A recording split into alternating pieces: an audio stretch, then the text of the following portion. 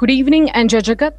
Today we have amongst us Dr. Venkatesh Dutta, Professor of Environmental Science at Baba Saheb Bhimrao Ambedkar University, Lucknow. Dr. Datta holds a PhD on water resources management from the Faculty of Policy and Planning, Terry School of Advanced Studies. He has contributed to significant changes in public discourse, law, and policy for sustainable water resource management in India. As a British Chevening Fellow awarded by the Foreign and Commonwealth Office UK, he was invited to participate in the ministerial debate at the House of Commons, London in 2006.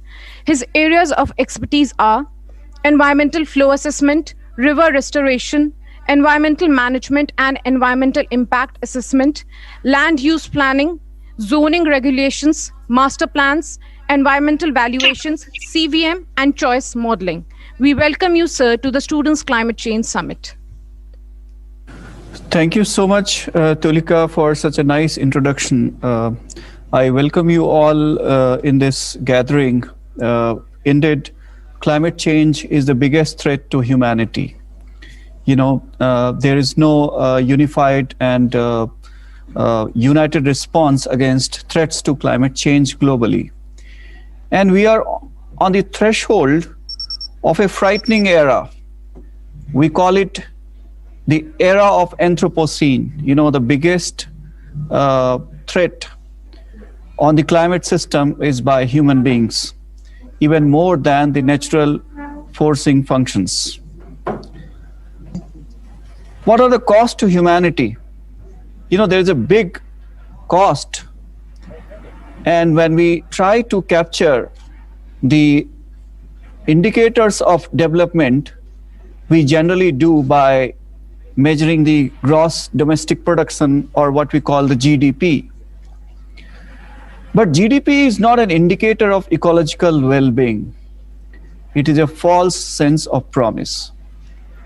We may have always positive GDP, ever growing at a rate which we all could be very proud of. But when we start depreciating the loss of natural income, the loss of natural capital from the gross domestic production, what we have, our GDP declines substantially. I can give you one example of Costa Rica. Around 1 decade back, the GDP was growing at a very high rate. And then somebody came with this concept of Green National Account, or what we call GNA. And they said, okay, come on, you have very high GDP, but when you start depreciating the loss of natural assets, the loss of natural capital from your GDP, let's see how much your GDP declines. And when they accounted for the loss of the depreciation that was caused by the loss of natural capital, the loss of forestry, the loss of topsoil, the loss of water quality degradation. So the GDP came down drastically by 3 to 4%.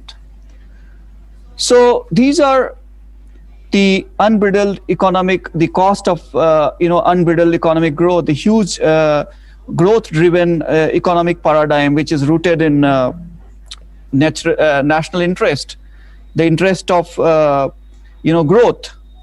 But when you start looking into the externalities, the external impact on social and environmental and ecological systems, and also on the international well-being, because we are not living in a isolated kind of ivory tower. Everyone is connected with every other things on this planet. Like there is no we cannot isolate ourselves, and there is no affluent immunity. There is no, like, we are all riding in this same boat, but it's not like that my side is having a hole and only my side is sinking. We have a common future. And the climate change is going to affect each and everyone, everywhere. And the affluent nations cannot isolate themselves because they are more affluent, because they have more GDP. So the economic prosperity has a cost. And once you start internalizing the the environmental damage from your GDP, then you get the real picture. Now let us see the barriers to transition to the low carbon pathways. Everybody's talking about these days about climate justice or equitable carbon space, and we are trying to find solutions that are acceptable to all nations of the world. But the problem is that the climate justice paradigm that calls for equitable allocation of resources, inclusion, and participation by all stakeholders, by all segments of the society, they talk about the carbon space which are still unmet. Those like countries like India, we have huge miles to go, like in terms of development, in terms of per capita income. So we have to find solutions that are acceptable not only to the developing countries but also to the developed countries, which are averse to accepting all those emission cuts. And everybody is trying to enter into this negotiation space, but the landscape is so complex that we do not talk about sharing of the burdens. We only talk about sharing of the benefits. Like carbon space, we can go to more sectors which are more carbon emitting, or which have more carbon space, or more what we call the carbon footprints. But when you start looking into the biocapacity which is available to us, the biocapacity which is available to different parts of these societies, it is very limited. And we have gone beyond the tipping point. We have gone beyond the what we call the sustainability max, or the carrying capacity, the capacity beyond which there are signs of irreversible damage. There are quasi-reversible damages that cannot be undone. So there is a recognition of the right to a healthy environment, which is also enshrined in our constitution. But there is no coherent link between environmental issues and other economic priorities. Now, when you start looking into the loss of habitat, the loss of species, and what we have done, I can give you one example which is coming to my mind. I was born in the year when the level of CO2 was 333 parts per million. Now it is about 410 parts per million. So in 42 years, we have increased the ambient CO2 level by almost like 80 parts per million. And at the start of previous century, the level was just below 250 parts per million. So due to increase in ambient carbon dioxide, the immediate impact is increase in temperature. And we know that in last 100 years, we have caused an average warming of about 0.9 degrees Celsius. But in climate system, there is no average. We do not work on averages. Like countries like Australia and India and even Africa, they are getting even more than 0.9 degrees Celsius in the last 100 years. So there are huge climatic extremes. The disturbances that we are witnessing today, the cyclones, the forest fires, and even the torrential rains, the frequency of rains, the episodes of rains, and even the onset of monsoons have been disturbed by these Western disturbances. And I was going through the data. The Western disturbances have increased phenomenally in the last 5 years. So many catastrophic weather events we are witnessing. And even the vector-borne diseases. There is a study in Australia that with increase in drought intensity, there is a increase in even decline of the mental health. Or even in India, if you go to the Tarai areas, with increase in rainfall, you find diseases like Japanese encephalitis, vector-borne diseases, malaria, dengue, chikungunya, and even their intensity, the severity, and the occurrence. Isn't it quite dramatic?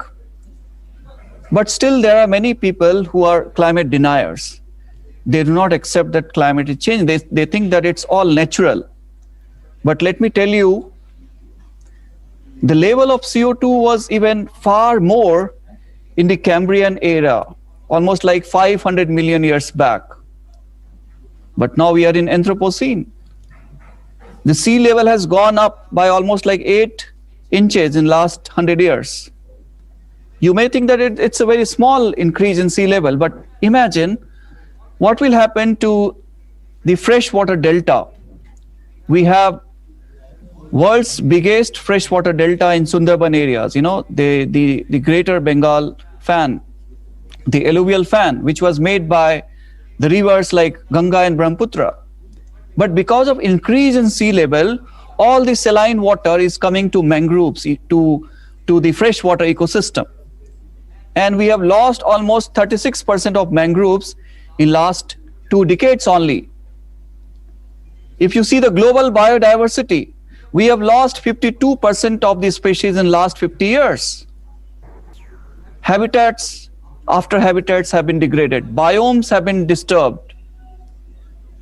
But still there are many people who think that climate change is an illusion. It's all natural. We do not think about microclimatic change. I live in an area where there is a lot of forest cover. And when I go to the city, there's an immediate increase of about 3 to 4 degrees Celsius. And we say there is a heat island effect. We are all in a concrete jungle. And because of the solar insolation, our city core is getting heated. And that is adding to the demands for air conditioning systems. And again, when you are putting ACs, that means you are burning fossil fuels.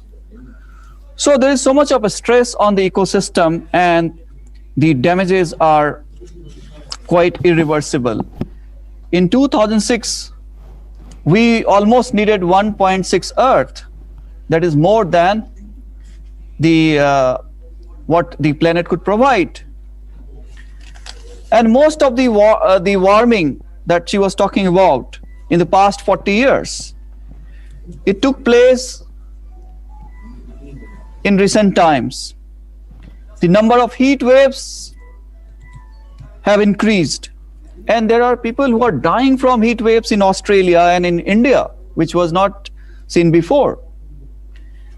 And you have to imagine that the warming that is being witnessed today is happening almost 10 times faster than the average rate of warming which was there during the last ice age. That means even the rate of warming has increased by almost 10 times. Now, what is happening to all those heat? Where the heat is going? The oceans have absorbed much of this heat.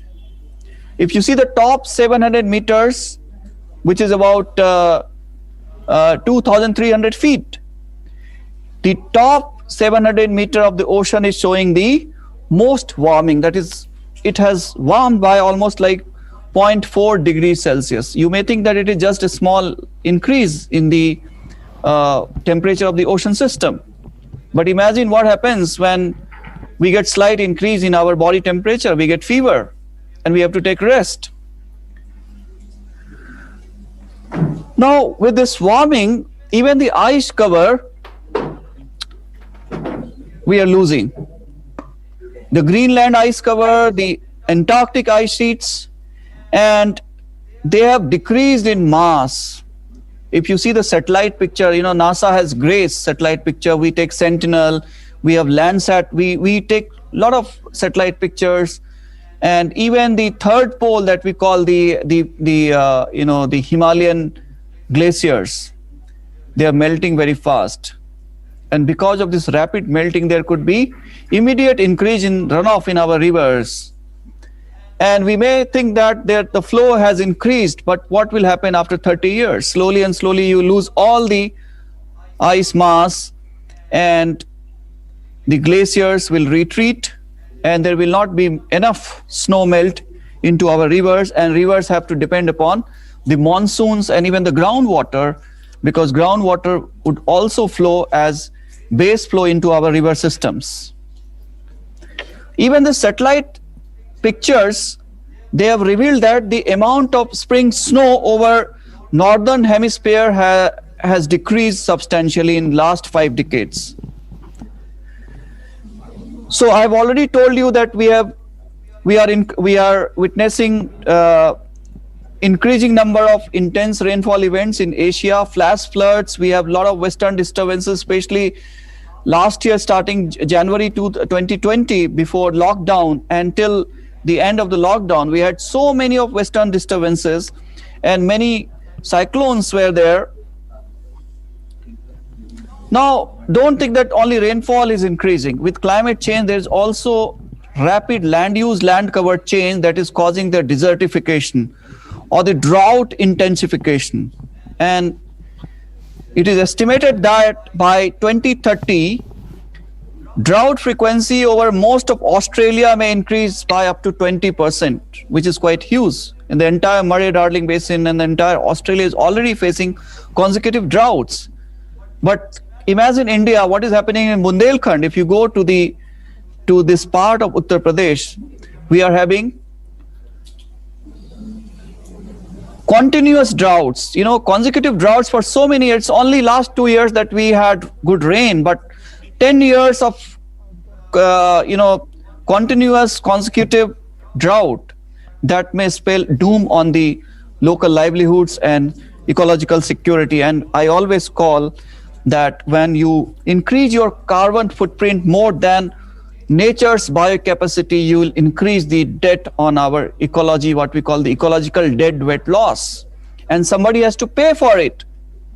How do we define sustainable development? It's a kind of development that meets the needs of not only our generation, but also the aspirations of future generation to meet their own needs. It's like a triangle where you have on one hand social equity, then on other hand ecological integrity and economic efficiency. And equity means not only equity in inclusion, but also equity in participation, equity in access, equity in allocation of resources. So we have to talk in terms of climate justice, those who are living in absolute poverty, and also they are going through these kind of extreme weather events. So they are facing like double-edged sword, what you call the multiple hazards. They are exposed to multiple hazards. So what are the ways out? First of all, we have to find transition to low carbon pathways. We have to find how we can move towards a minimalist way of living with minimum, not living with maximum. Like everybody's trying to grab, like we become land grabbers, we become water grabbers. We always want to grab more energy baskets, more per capita energy, and that's why there's this term called the energy poverty, the concept of the energy space. So can we live in minimum or optimum or sustainable? And how can we bridge the gap between policy and practice? What we are teaching and what we are actually witnessing, what we are seeing things on ground, how to bridge this valley of death. That is why I call upon all young leaders like you, all the students. You have a big responsibility to bridge this divide between policy and practice. Tomorrow you are going to become the ambassador of environment, the ambassador of development. So you can take this task ahead and see that our ecological footprints are not something that that jeopardizes the biocapacity of the ecosystem. So I will not take too much of time. We are indeed standing at a tipping point, and time has come that we have to take firm action. We cannot delay, and our collective responsibility matters a lot. We are not isolated, everybody is connected. What is happening in Antarctica would also affect us in some way. We are not living in a closed quarter. The global pandemic has already shown Earth is trying to reset the restoration button. The pandemic was a warning signal. Genetic spillovers, the viruses which are coming from wild habitat, it is a signal, it is a warning bell. So I would stop here. Thank you so much for your patience hearing. Thank you so much.